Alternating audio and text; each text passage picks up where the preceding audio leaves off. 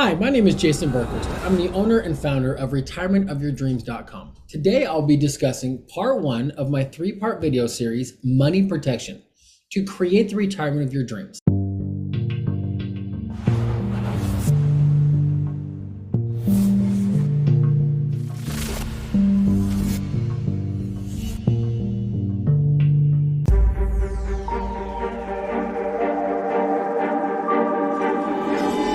Specifically, this video is for you if you're starting to realize that the medical issues are more and more likely as you age. Maybe you already are seeing this in outrageous medical costs. If you're dealing with this, maybe with your parents or grandparents, or you've gone through it with a family member, and you're asking yourself, how can you avoid them? Well, there are a few ways to keep ourselves healthier, but for the most part, old age is going to get all of us, and there's really no way to avoid it. Maybe you're at the point of planning for your own future, or finally coming to the realization that you need a plan for your medical future. First, we have to take a hard look and maybe change our mindset to we better plan just in case. So we will want to take that hard look and determine the amount of coverage that we're going to need to put in place to ensure that we have and that you have the retirement of your dreams, what you always wanted it to be and what you want it to look like. Bottom line, when we're talking about money protection, we're talking about all the unexpected costs that you will occur in the future. Because if you don't plan to take care of these unexpected costs when they arise, which will more than likely be a need for a long-term care scenario, it could devastate the retirement of your dreams plan. And you know, long-term care is costly. If you haven't dealt with this with your parents or grandparents or anyone for that matter, today's video will ensure you have the money to take care of unexpected costs when they arise with a long-term care plan in retirement. Today, we will cover 1, defining what is long-term care, 2, what making the right choice with your long-term care decisions, and 3, exploring your long-term care options. So 1, let's define what long-term care is. Long-term care, let me take a moment. Let me kind of help you understand where we might be coming from or what could be in your future. Because many people don't know what long-term care really is. We hear the phrase, but to describe exactly what it is or really when it's going to take place is this. Long-term care is the cost you'll incur when somebody can't perform 2 of the 6 acts of daily livings, or we say 2 ADLs. These ADLs are like a checklist to see how will someone care for themselves. Doctors and caregivers use them to discover and figure out if someone needs help or when they need help. When they can't do the tasks independently because they're getting older or sick or have a disability. So let's list those real quick. 1, eating. The ability to feed oneself, including the ability to chew and swallow food. 2, bathing. The ability to wash oneself, including getting in or out of the bathtub or shower. 3, dressing. The ability to put on and take off clothing, including fastening buttons and zippers. 4, toileting. The ability to manage one's own toilet needs, including get on or off the toilet and maintaining personal hygiene. 5, transferring. The ability to move from one seated position to another, such as getting in and out of a chair or bed. And 6, continence. The ability to control bowels and bladder function. If you can't perform 2 out of those 6 ADLs, you're a strong candidate for long-term care, which is very costly. And it can mess up all your retirement plans to date because it'll add a crazy expense. To illustrate this point, let me tell you a story. This story is very close and to me, it pulls at my heartstrings because the story is about my in-laws. 7 years ago, my in-laws were in this exact scenario.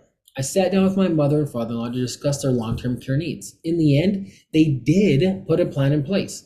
But recently, my mother-in-law expressed to me how close she was to not moving forward with the plan. She almost didn't put the funds towards that particular plan because of some of the extra costs. And now, 7 years later, they need that long-term care. And she's super glad she made the decision and she followed it. But more on that in a minute. The main option people see when they're looking into long-term care is often a use it or lose it plan. And they don't make the decision right then because, let's face it, how many of us really want to pay for insurance, right? Sure, might get life insurance and there's a need. How many of us want to pay for car insurance? How many of us would like to figure out ways not to pay for our car or medical insurance? How many of us debate whether we want to pay for a coverage on our phones, right? What's the cost of paying for that per month versus just replacing my phone? But if a problem arises, insurance covers it. This is the same conversation that we're having with everybody about long-term care. We know that we buy insurance for the just in case scenario. If it happens, we're glad we have it. But we don't want to pay those monthly premiums if we don't have to. And so when it comes to long-term care and we look at that scenario, some of those premiums can be really expensive. And we don't necessarily want to have a use it or lose it plan where we pay all those premiums for all those years and then maybe we never even use it because nothing happened. We're going to discuss that at length here next. So number 2, making the right choice in your long-term care decisions.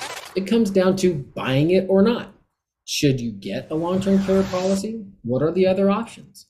There are a lot of stats out there in the long-term care arena, but for the most part, you will find the same stat that 70% of people 65 years or older will have a need for long-term care in the future.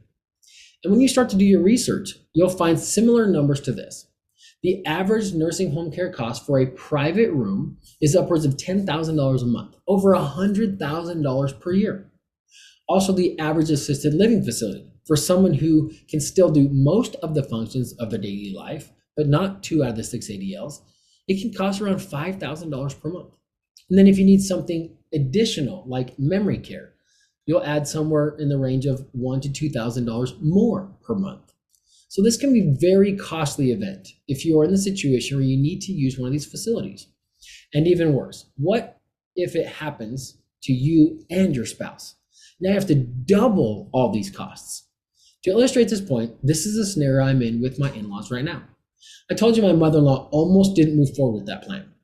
Now here we are 7 years later, and all we're talking about is the options of how and when we'll be able to utilize and help my father-in-law in his needs. So I've mentioned it before, but he has dementia, and right now he already can't perform 2 or more of the 6 acts of daily living. But my mother-in-law doesn't want to send him to a home yet because of the care that we can currently provide him at home.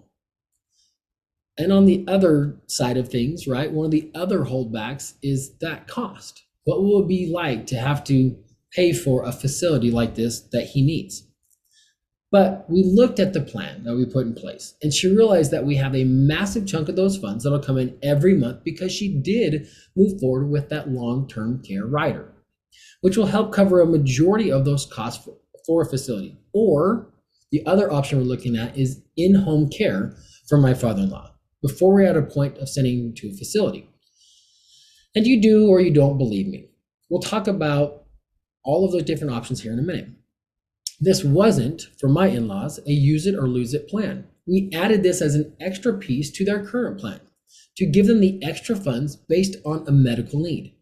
So you need to think about what need you might have in the future and have these in place before the need arises. Because once you can't perform or you are diagnosed with X, Y, or Z, you don't qualify for these plans anymore. So as much as we want to get the timing right and not pay for something we don't need, we can't time it right.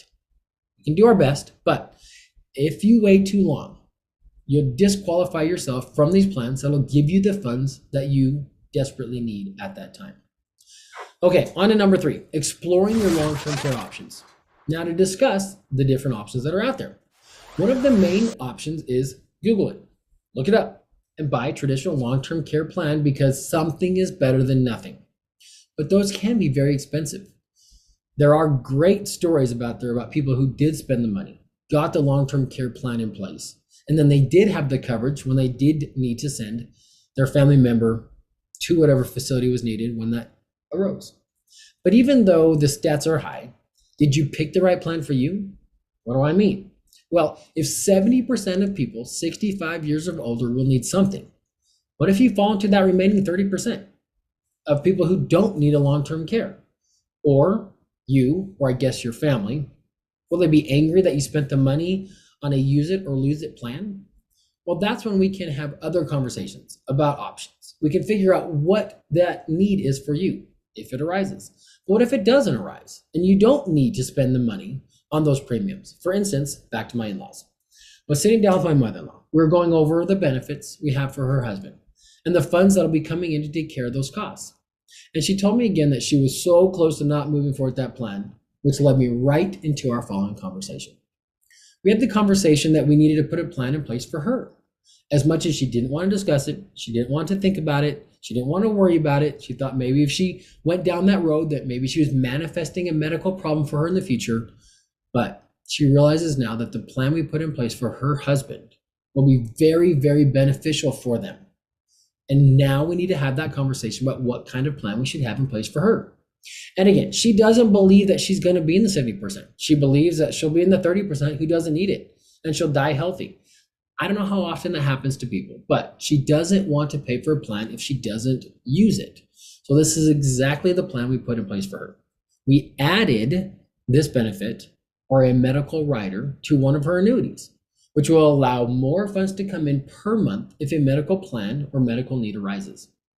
But she did not start paying for a monthly long-term care use it or lose it plan. Isn't that great? There are options out there for you like this, but we have to discuss it. We want to go over these things to help you make that right decision. We want to compare the options that are out there. So what do you need to know to compare those options?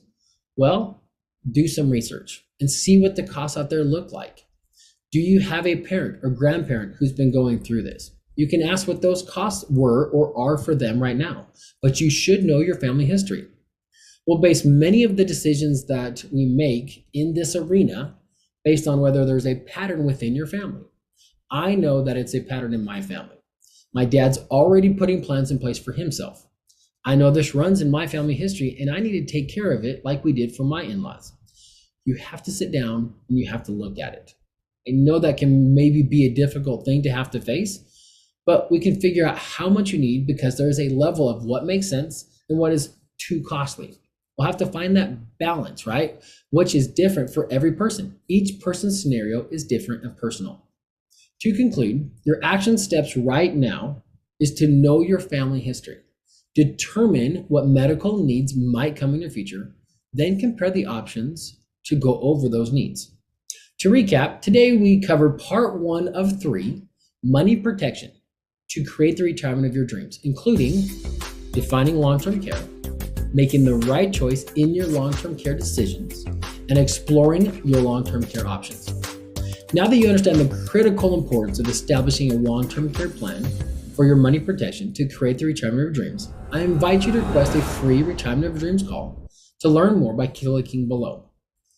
Tune in next week for part 2 in our series about money protection, where we'll discuss death benefits.